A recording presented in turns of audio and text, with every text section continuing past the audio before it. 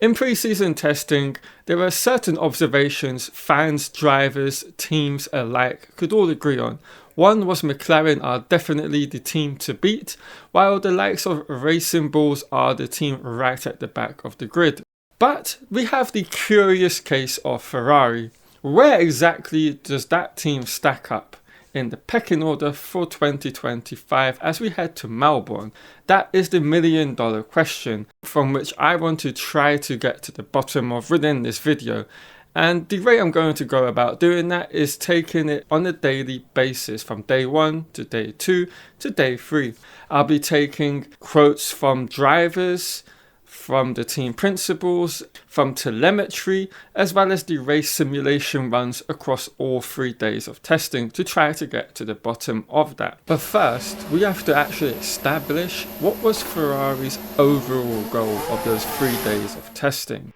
Was it to run the car to its fullest, or was it just to kind of get a basic understanding as they head to Melbourne because it's such a new package? And that's the key point. It is a drastically different car at the front of the SF-25. They've gone from a push rod to a pull rod front suspension layout, which is a huge change and undertaking to do in the final year of this current set of regulations. And of course, that then means it's a completely new mechanical platform that they have to learn from scratch within the space of 3 days or across the whole of the 25 season. And so really you cannot target performance out of a car when you do not understand how to set this new platform that you have up mechanically as well as from an aero standpoint. So Ferrari had no intentions of going out and seeking real performance out of the SF-25, except for on small targeted flashes. That particular little bit of information regarding not looking for performance comes from Auto Racer, a respected group of journalists that have connections within Ferrari, and we can take what they say at their word. And there are other factors that can also support this belief that I have and that they have, and this one final thing is this. Now of course, with Bahrain being very much a high downforce track, it was quite surprising to see Ferrari turn up with what I would consider to be a middle range ring at the rear of their car for their rear ring. It was definitely not a high downforce rear ring. For example, McLaren started with a medium downforce ring but then went very much to a higher downforce ring later on day 1, I believe. So this is another aspect that showcases Ferrari were not looking for a huge understanding of their performance. That is to come at a later date. And so the team did not pay much attention to lap times, nor did the drivers have any say on the setup direction which they went in on that first day. And Lewis Hamilton alluded to that in a couple of interviews. But yesterday we got through all our run plan. We're testing a bunch of things. So we're not doing setup. I'm not doing setup changes or directing where I want the car to go. We're just getting through the motions. As where today was a bit more of getting to explore a bit of my interaction with my engineer. But the overall goal of those 3 days was purely about learning about the new mechanical platform that the car has in terms of its behavior when setting it up, in terms of trialing out all of the different setups that they could. They went from one extremity to the other within these 3 days. They went from a extremely oversteery car to an extremely understeery car across the opening couple of days. And there is proof in the onboards that can showcase this. Now on day 1 they were testing out very much an understeery SF-25 setup.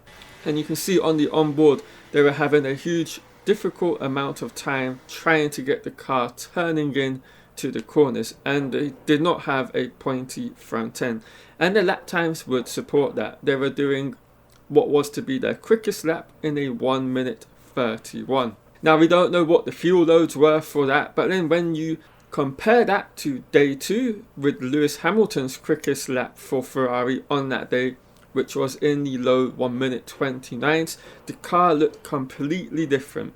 They went from having, in a setup situation, an understeery car to one which is much more oversteery. They dialed out the understeer with a change in setup, having learnt and gone through the data overnight between day 1 and day 2, and hit the ground running. And you can see this from the onboard. The SF-25 in Hamilton's hands looks far more responsive. The car turns in and does what he wants and looks very much planted with him, and he looks at ease. And that's even further validation for the team that they made progress overnight. Now, of course, the few little examples of onboards I am just showing you is the kind of very small targeted moments of performance that they try to showcase from the SF-25 on those 3 days. One, of course, was Hamilton's run on day 2, which he went quickest in the morning session, and of course then the race simulation that Charles Leclerc carried out in the evening on that day. And of course, at the same time as his race simulation, we had the perfect opportunity as both Mercedes and McLaren were at the same moment on time on track doing the exact same thing, doing a race simulation. And so we have the perfect opportunity to see what the overall landscape looked like when it comes to race simulations. And what we saw was somewhat encouraging, I would say, for Ferrari.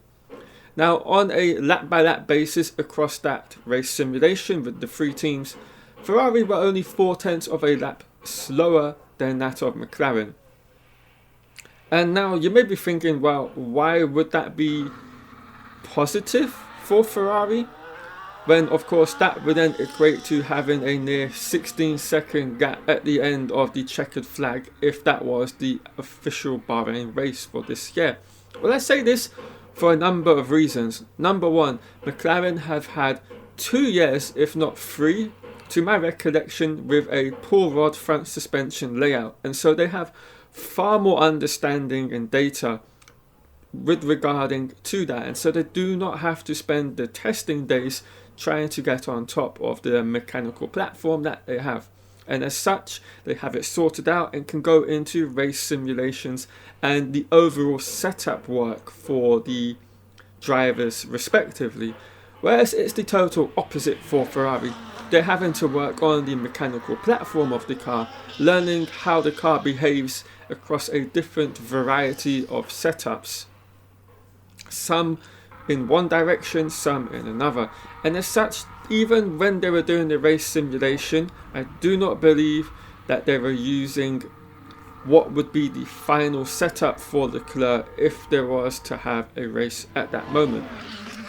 And not only that, there is also reports of Ferrari running a heavier car throughout those particular moments during the race simulation than the other 2 teams were. And there are also other unverified rumours of McLaren and Mercedes saying that they do not believe what they're seeing out of Ferrari, and they believe Ferrari is sandbagging. But take what you heard from me on that particular point at your own discretion, because it's not factual. Now, looking at all of the data, how can we get to a conclusion of where Ferrari are with regarding the pecking order? Well, I can put it like this. We have 2 scenarios I personally have here. Now, the first is they are in the top 4 quickest teams no matter what is happening. But this is the thing I have. I have 2 different versions of Ferrari. I have the Ferrari on the second day where the car looked a lot more together and connected. And I believe from what publications, both respected and clickbaity, had to say after the test, it seems that they were running a lot more fuel than that of the competitors around them. And so this would then leave them in that second position. And I think it is very, very closely matched with Mercedes. And I think variables are going to come into play as they did last year. So we're going to see, depending on the track layout and the types of speed ranges of the corners on a track, it's going to ebb and flow between the teams. And those gaps are going to change. But I believe at Melbourne, with the range of corners we have, slower speed and medium speed corners is probably going to be a little bit better and of a positive note for Ferrari. And of course, the weather is going to be different. Now, on the second hand, if Ferrari cannot find a sweet spot in terms of a setup, they are definitely going to be the third quickest team behind Mercedes and McLaren when we head to Melbourne. And so it is of importance that during these 2 weeks they go through all of the data and find all of the meaningful data which they gathered and collected across the 3 days of testing and come up with a setup and a plan from which to attack the opening weekend of the 2025 F1 season. Right guys, I'm going to end the video here. Hope you've all enjoyed it.